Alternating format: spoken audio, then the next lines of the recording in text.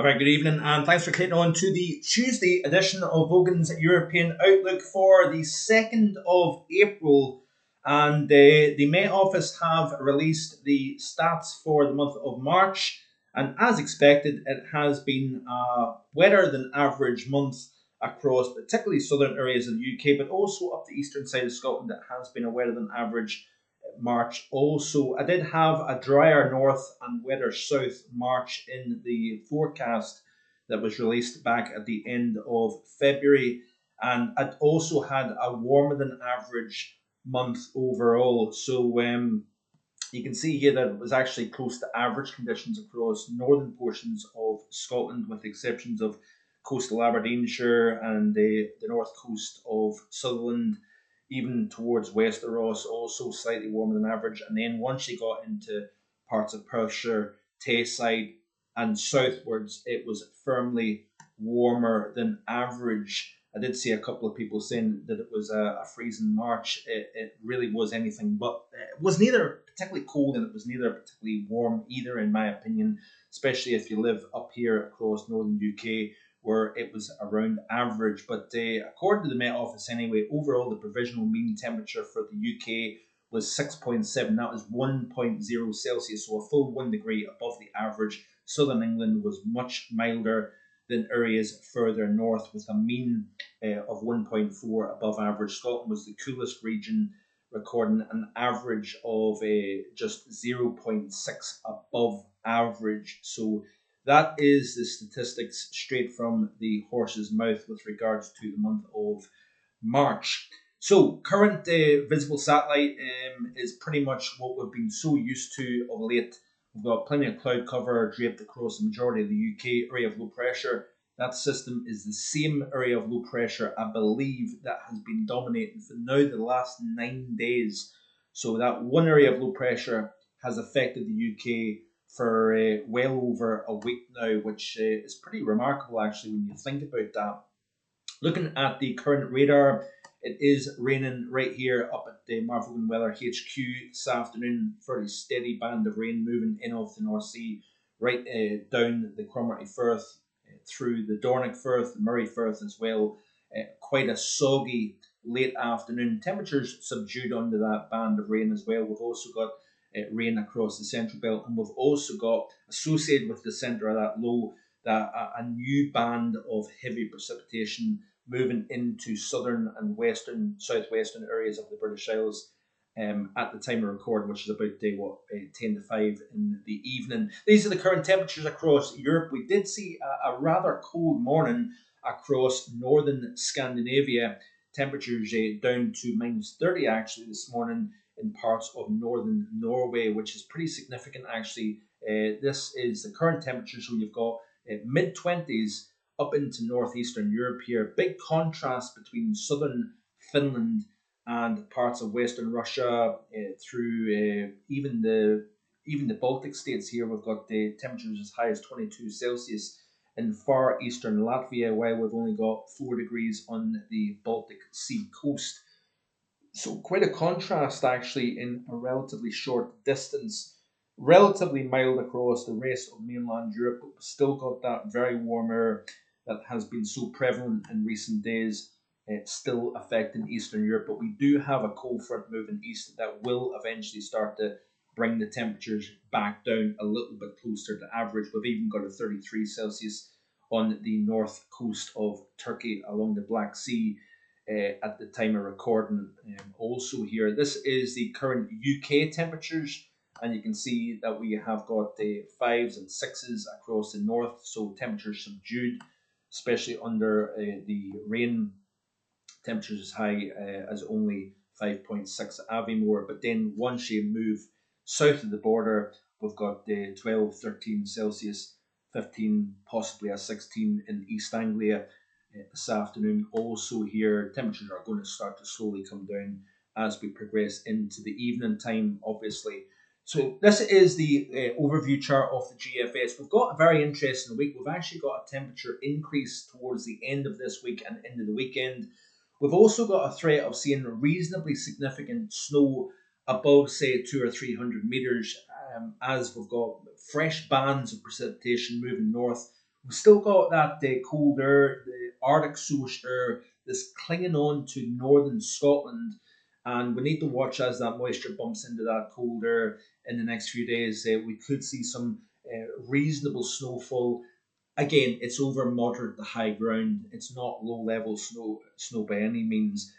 We also have a chance of seeing some reasonably deep low pressure systems moving northwards as we move towards the weekend. Increase in gale or severe gale force winds, hill snow, but also down in the southeast of England, we could see a shot at 20 Celsius, and we've not seen that since that remarkable heat spike at the end of January, where we've seen obviously 19.9 Celsius recorded in the West Highlands. So let's have a look and see what the latest run of the GFS is indicating. So there's that old area of low pressure spinning away. It has weakened significantly since back at the weekend. We've got another frontal system associated with that moving into parts of Western Iberia, parts of France. We've also got a slight rise in the pressure field, which means that we've not got quite as windy conditions as what we've seen back a day or so ago. We've got a kind of nagging east to northeasterly wind at the moment across the far north that is keeping things rather cool. Because if you actually look at this here, this is at 3 o'clock tomorrow morning. Very messy picture across the UK. We've got easterly winds on the northern flank. We've got south to southwesterly winds on the southern flank. Therefore, with sunshine over parts of England and Wales, we could see 15, 16, even 17 Celsius.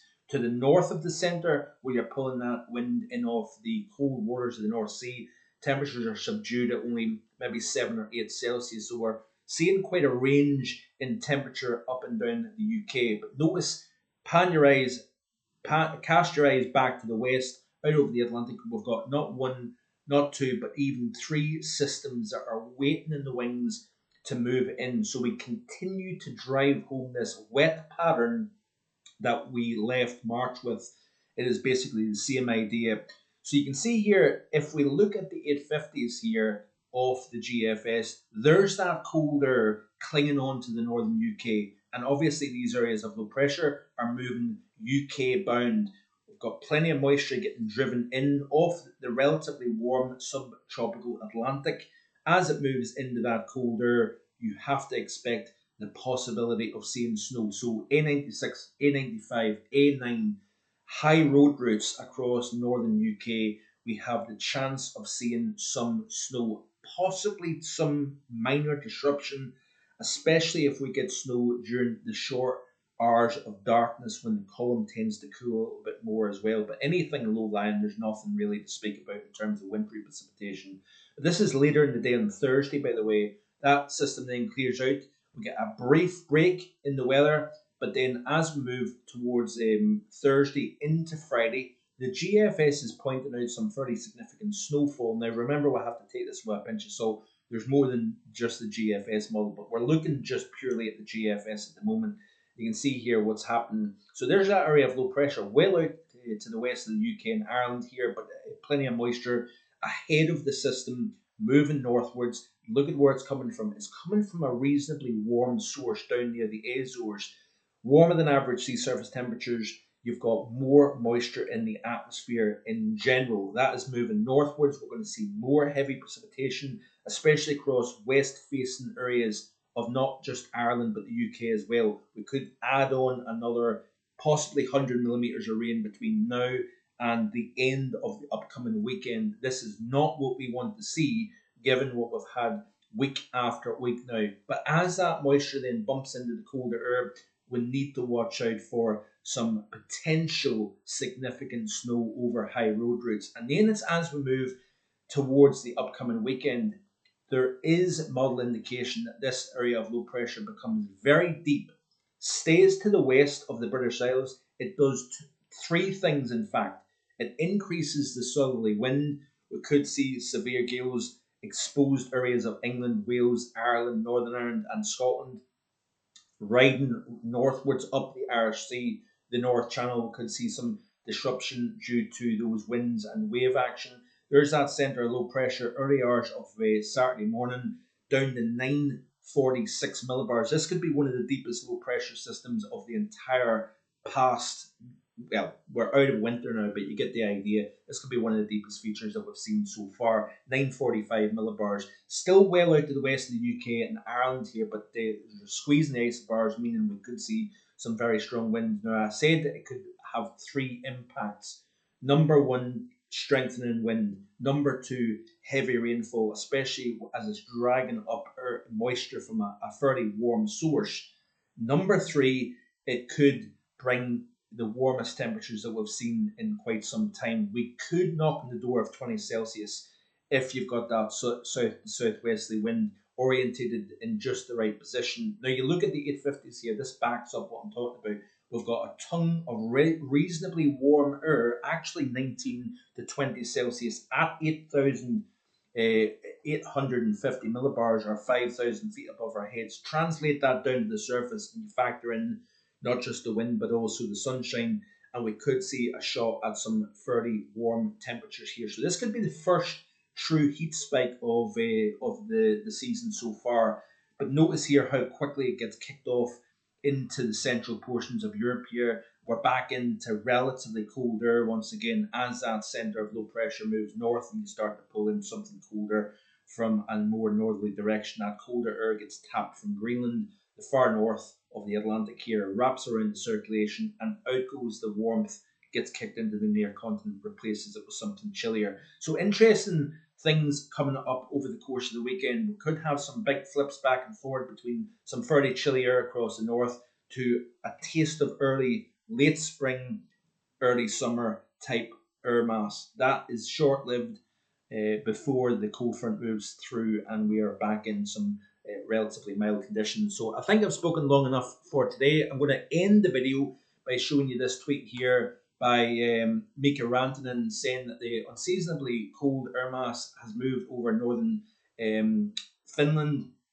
resulting in some fairly low surface temperatures. So the temperature reading, this is in Finland by the way, we did have a minus 30 in Norway, but minus 29.7 is actually Finland's coldest temperature for April since 2001. I thought that was quite an interesting fact to share with you in today's video about the chilly numbers that we've seen this morning. And obviously in recent videos I've showed you some of the outstanding warmth that we've been talking about across parts of Eastern Europe in recent days, with several national April, or in fact it was actually national March records that were set back yesterday, anywhere from Poland through Ukraine up into the Baltic states.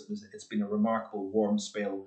But yet, equally, we're seeing some of the coldest temperatures in April since 2001. So these big flips back and forward can happen at this time of the year, depending on the weather circumstance at the time. Be sure to like, share, and subscribe, and I'll see you again tomorrow with more. Bye for now.